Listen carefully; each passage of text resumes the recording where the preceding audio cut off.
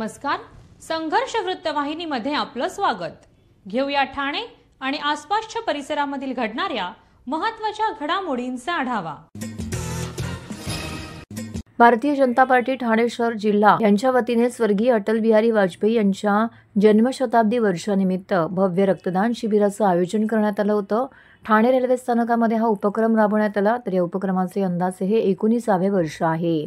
या कार्यक्रमाचे आयोजन भारतीय जनता पार्टीचे ठाणे शहर ज्येष्ठ नगरसेवक त्याचबरोबर जिल्हाध्यक्ष संजय वागुले तसेच महिला मोर्चाच्या अध्यक्षा वृषाली वागुले यांच्या वतीने करण्यात आलं होतं। रक्तदान हेच जीवनदान, रक्तदान हे श्रेष्ठदान या उक्तीला अनुसरून या ठिकाणी हे रक्तदान शिबिर राबवण्यात आलं। अनेक नागरिकांनी यामध्ये सहभागी होऊन रक्तदान केले। तर या कार्यक्रमाला आमदार निरंजन डावखरे त्याचबरोबर आमदार संजय केळकर यांनी भेट दिली। तर कार्यक्रमाचे आयोजक भाजप ठाणे जिल्हा अध्यक्ष संजय वागुले, महिला मोर्चा मंडळ अध्यक्षा वृषाली वागुले व इतर मान्यवर पदाधिकारी, ठाणेकर नागरिक मोठ्या संख्येने उपस्थित होते। रक्तदात्याला या ठिकाणी प्रशस्ती पत्रक देऊन सन्मानित देखील करण्यात आलं।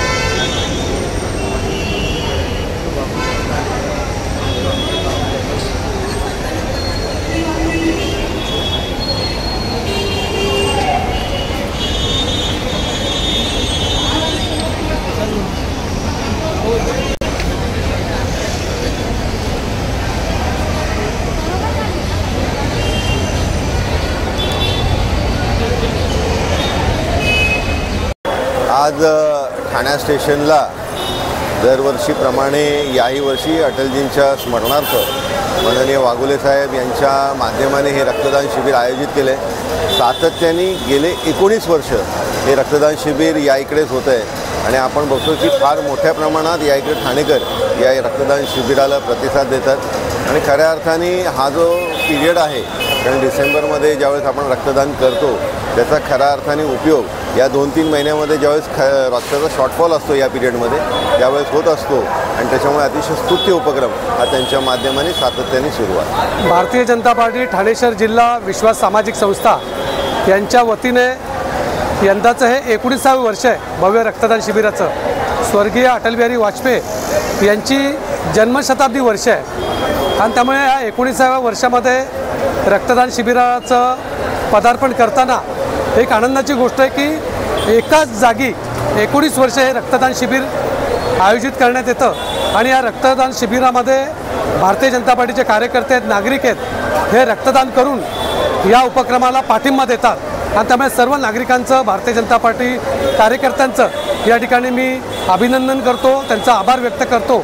एक चांगला उपक्रम ठाणे स्टेशन परिसरामध्ये हा गेली 19 वर्ष चालू आहे। जे ज्येष्ठ नेते, आमचे प्रेरणास्थान आदरणीय स्वर्गीय अटल बिहारी वाजपेयीजी यांच्या जन्मशताब्दी दिनानिमित्त आज संपूर्ण भारतभर विविध समाज उपयोगी कार्यक्रम राबवले जात आहेत।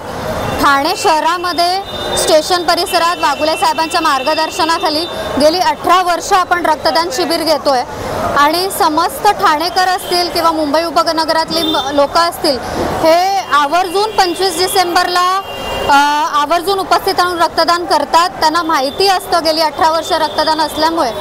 आणि अटल बिहारी वाजपेयीजी हे फक्त भारतीय जनता पार्टीचे नेते नव्हते, तर युवकांचे प्रेरणास्थान होते। त्यांच्या अनेक कविता असतील, त्यांचे अनेक विविध विषयांवरती त्यांचं बोलणं असेल, हे युवकांना भावलेलं आहे। अजूनही अनेक युवक त्यांना फॉलो करतात आणि त्यामुळे अटल बिहारी वाजपेयीजी यांच्या जयंतीनिमित्त भारतीय जनता पार्टीचे कार्यकर्ते असतील, विविध संस्थांमधली लोक असतील, हे आवर्जून 25 डिसेंबरला कार्यक्रम घेत असतात। मी समस्त ठाणेकरांना इथे आवर्जून निमंत्रित करते की आपण आज सकाळी 10 ते सायंकाळी 5 पर्यंत हे रक्तदान शिबिर चालू राहणार आहे।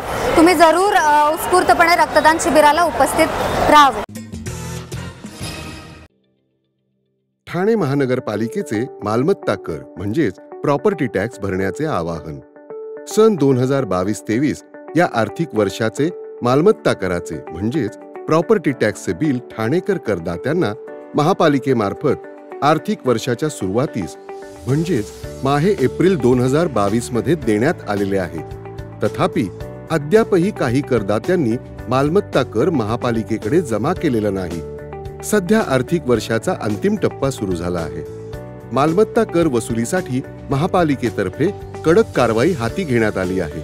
या अंतर्गत जंगम मालमत्ता, टीव्ही, फ्रीज, वाहन व इतर जप्त करणे तसेच स्थावर मालमत्ता वॉरंट बजावून जप्त करण्यात येत असून मालमत्तेचा जाहीर विक्रीद्वारे लिलाव करून कराची रक्कम वसूल करण्यात येत आहे। मालमत्तेस पाणी पुरवठा करण्यात येणारे नळ संयोजन खंडित करण्यात येत आहेत। त्याचप्रमाणे थकीत मालमत्ता करावर 2% व्याज आकारले जात असल्याने भरावयाची रक्कम वाढत आहे।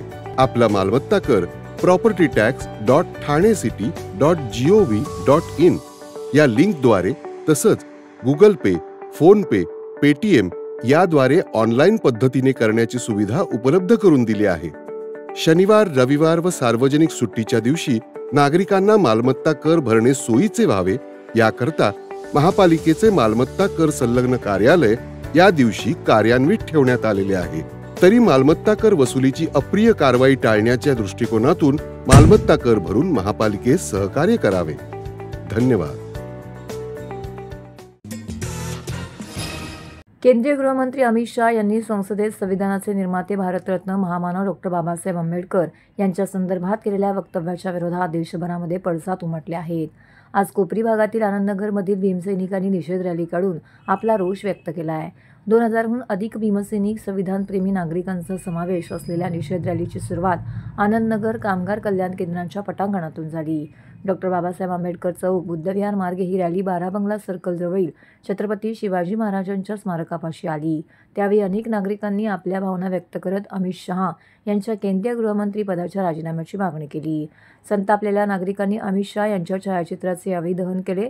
मिलिंद बनकर, पत्रकार आनंद कांबळे, प्रवीण भाऊ गायकवाड, विजय दळवी, सोनाली सरदार, निलेश खैरे, संदीप बनकर, वृषाली दळवी जाधव, भरत उबाळे, हिरा वानखेडे, योगेंद्र हाटे, महादेव बोकाडे, प्रवीण झेंडे, राहुल कांबळे, सुभाष भोसले, शरद वायदंडे, उत्तम खाडे, पत्रकार नितीन दुधसागर, रवींद्र बच्छाव, हरेश दारोळे यांच्यासह 2000हून अधिक नागरिक या रॅलीमध्ये सहभागी झाले होते।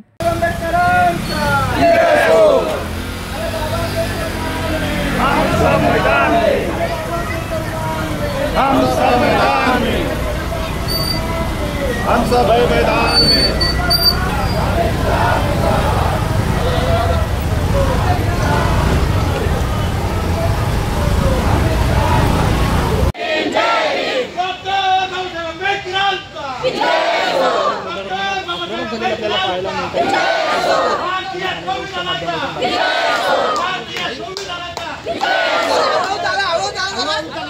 आळू झाला आळू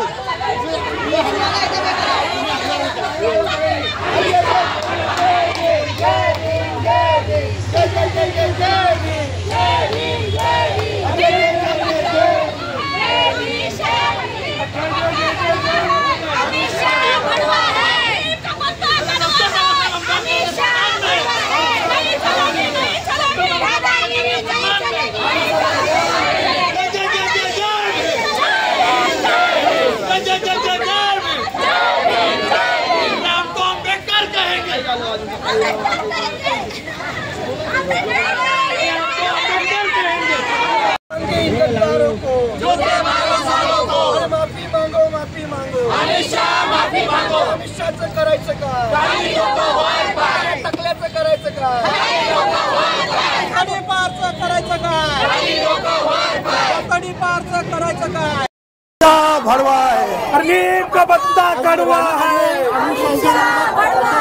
नीम अमित शहा यांनी जे बाबासाहेबांबद्दल उद्गार काढले त्या उद्गाराचा निषेध म्हणून आम्ही ही रॅली काढली आहे। एक आता गृहमंत्री, ह्या गृहमंत्र्याला राष्ट्रपुरुषाबद्दल बोलण्याचा काही अधिकार नाही। एक संविधान पद असताना सुद्धा अशा पद्धतीचं त्यांनी केलं हे वक्तृत्व एकदम चुकीचं असल्यामुळं आम्ही सर्व आंबेडकरी जनता, अख्ख्या देशातली जनता आज रस्त्यावरती उतरलेले।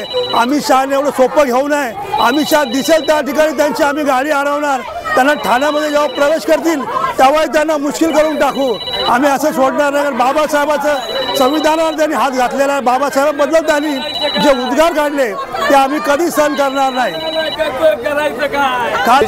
देशाचे गृहमंत्री अमित शहा यांनी आपल्या बाबासाहेबांबद्दल जे आंदोलन काढले त्याचा निषेध करण्याकरता आमच्या आनंदनगरमधील सर्व आंबेडकर प्रेमी नागरिक हे त्यांचा निषेध करण्याकरता रस्त्यावर उतरलेले आहेत। आम्ही अमित शहा यांनी बाबासाहेबांची जाहीर माफी मागावी आणि या पंतप्रधान मोदी यांनी अमित शहा यांचा राजीनामा घ्यावा ही आमची सर्वांची मागणी आहे। त्या मागणीकरता यापुढे आम्ही मोठं आंदोलन करू हे त्यांना आम्ही हा इशारा देत आहोत। हे फक्त आता बाबासाहेबांच्या मार्गाने, सनदशीर मार्गाने आम्ही हे आमचं आंदोलन सुरू केलेलं आहे आणि ह्या पुढील काळामध्ये अमित शहा किंवा कुठल्याही ज्या शक्ती आहेत त्यांनी बाबासाहेबांबद्दल काही बोलू नये ही त्यांना आमची कळकळीची विनंती आहे। बाबासाहेब त्यांनी सांगितलं की देवाचं नाव घ्या तुम्हाला स्वर्ग मिळेल, पण आम्ही नरकातून आम्हाला बाबासाहेबांनी काढलेलं आहे आणि आम्ही ऑलरेडी स्वर्गातच आहोत। तर हे अमित शहानी लक्षात ठेवावं आणि आपल्या जो त्यांनी बाबासाहेब आंदोलन काढले त्याचा त्यांनी ते माफी मागावी आमची सर्वांची इच्छा आहे। पर्यावरण संवर्धनासाठी उत्तर प्रदेशातील 4 तरुण जगाला संदेश देण्यासाठी जगभ्रमंतीवरती निघाले आहेत। यूपीतील एका लहानशा गावातील हे 4ही तरुण शेतकरी असून मानवतेच्या भविष्यासाठी त्यांनी विश्व पदयात्रा काढून जागतिक वनीकरण मिशन सुरू केलं आहे। 23 ते 28 डिसेंबर या कालावधीमध्ये हे तरुण ठाणे जिल्ह्यात जनजागरण करणार आहेत। गिनीज तसेच लिम्का बुकमध्ये नोंद असलेल्या अवध बिहारी लाल हे 1980 पासून पर्यावरणासाठी पदयात्रेला निघाले आहेत। त्यांच्या मार्गदर्शनाखाली 2001 पासून उत्तर प्रदेशातील जितेंद्र प्रताप, महेंद्र प्रताप, गोविंद नंद आणि निश्चल मौर्य हे 4 तरुण शेतकरी जगभरातील नागरिकांना पर्यावरणाचे महत्त्व पटवून देण्यासाठी निघाले आहेत। त्यांच्या टीममध्ये आता 20 सदस्यांपर्यंत पोहोचली असून ही टीम सध्या महाराष्ट्राच्या विविध भागातून पुढे जात आहे। पालघरमधून ठाण्यात दाखल झालेल्या या 4 शेतकऱ्यांचं वय 30 ते 38 वर्ष आहे। हे सर्व शेतकरी आज पर्यावरण संरक्षणाच्या दृष्टीने जगभरातील लोकांना झाडे लावा, पृथ्वी वाचवा असा संदेश देत आहेत। या शेतकऱ्यांनी 11 देशांचा दौरा केला असून 4.48 लाख किलोमीटरची पायपीट करून 600 जिल्ह्यांमध्ये 14.50 कोटी वृक्षांची लागवड त्यांनी केली आहे। Thank you. मेरा नाम गोविंद नंद है। मैं अपने साथी जितेंद्र प्रताप, महेंद्र प्रताप जी के साथ 2001 से लगातार भारत के 600 जिले और विश्व के 11 देशों की यात्रा करते हुए अभी गुजरात के 33 जनपदों की यात्रा करते हुए आज हम लोग नासिक और पालघर से ठाणे पहुंचे हैं।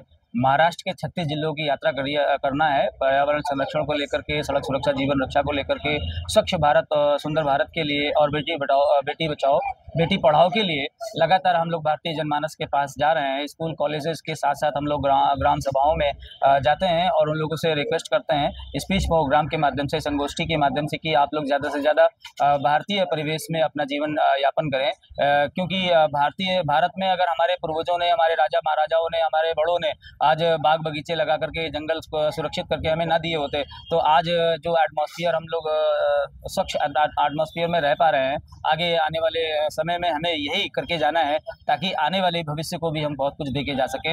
अभी हम लोग लगातार भारत की यात्रा पर हैं और भारत भ्रमण में हमारा महाराष्ट्र प्रदेश चालू हो चुका है। तीसरा जनपद अभी ठाणे है और लगातार हम लोगों से अपील भी कर रहे हैं कोई जो यंगेस्ट है, भारत की पावर स्टीयरिंग है उनके पास और वो अपनी जानों को सड़कों पर ऐसे ही गंवाए दे रहे हैं without helmet, without seat belt, क्योंकि जो रूल एंड रेगुलेशन बनाए जाते हैं वो हमारे लिए है, आपकी सिर की सुरक्षा के लिए। अगर पुलिस चालान करती है तो आपको डराने के लिए करती है, इसके अलावा उसका कोई इरादा नहीं होता है ताकि आप लोग मजबूरन या दबाव से हेलमेट लगा करके चलें जिससे आपकी सुरक्षा हो सके। आपका घर में कोई बेसब्री के साथ इंतजार कर रहा है, वो आपकी पत्नी भी हो सकती हैं, आपके बच्चे भी हो सकते हैं और आपके एक्सीडेंट के बाद, आपके न रहने के बाद आपका परिवार पूरी तरह से बिखर जाता है, दर-दर की ठोकरें खाता है। मैंने उन परिवारों से मुलाकात की है और उनसे जाकर के ट्रॉमा सेंटर में मिले हैं जिनके परिवार के मुखिया खत्म हो गए और उनका पूरा परिवार सड़क पर आज भीख मांगने की कगार पर है। लोगों के घरों में जाकर के बर्तन धोने के काम कर रहे हैं वो लोग बेचारे।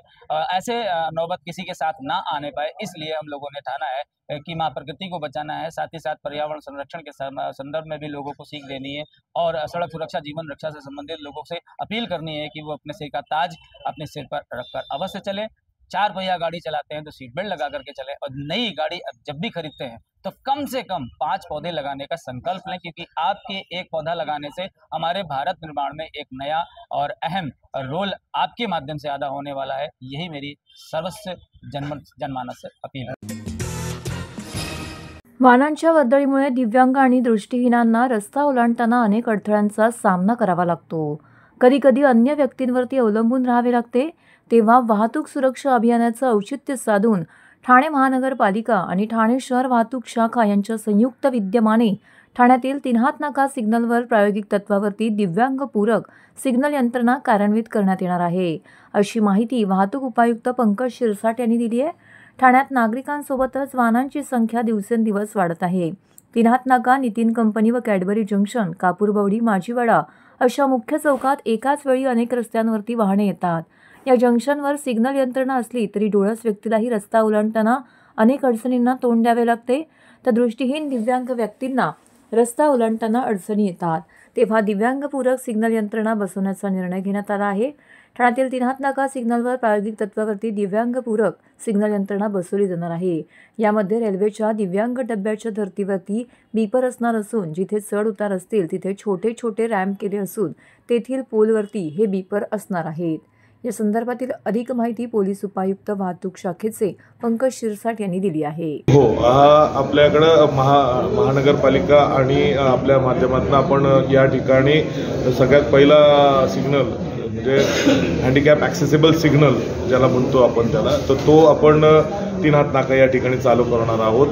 माझ्या माहितीप्रमाणे तो भारतात आणि महाराष्ट्रात तो पहिल्यांदा चालू होत आहे. तो बीपर बेस्ड असणार आहे आणि बीपर जसं याला बीपर असतं, आपण हँडिकॅपचा डबा जो आहे रेल्वेचा त्या ठिकाणी जसं बीपर असतं त्या प्रकारचं बीपर त्या ठिकाणी असणार आहे. ते सांगेल की इथं आपल्याला थांबायचं नाही थांबायचं, ते अन्नांनाच आपल्याला कळेल, आपल्याला कळणार नाही. हो, ब्रेल लिपीमध्ये म्हणजे त्यांना हात लावून त्या ठिकाणी कळू शकते की बीपर वाजल्यानंतर त्यांना लक्षात येईल. नंतर त्यांनी ब्रेल लिपीनुसार हात लावला तर त्यांना त्या ठिकाणी कळत नाही की त्यांना कोणत्या दिशेने जायचं आहे.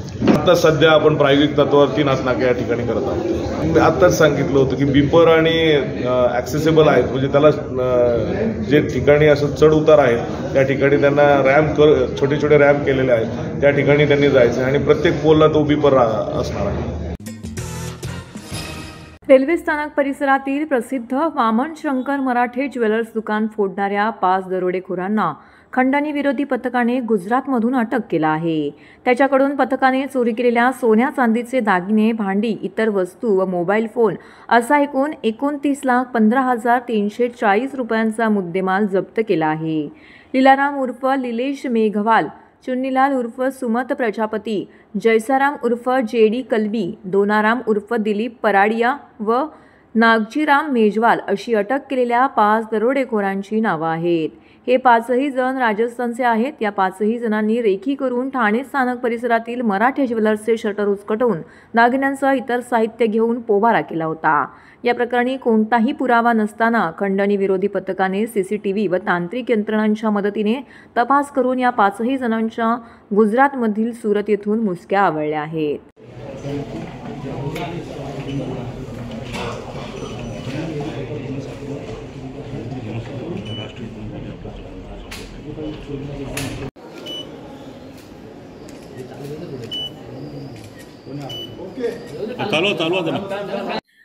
पोलीस स्टेशन नौपाड्याच्या हद्दीमध्ये 17 डिसेंबरला मराठे ज्वेलर्समध्ये घरफोडी चोरीचा प्रकार घडला होता, ज्याच्यामध्ये 28,77,000चा मुद्देमाल चोरीला गेला होता.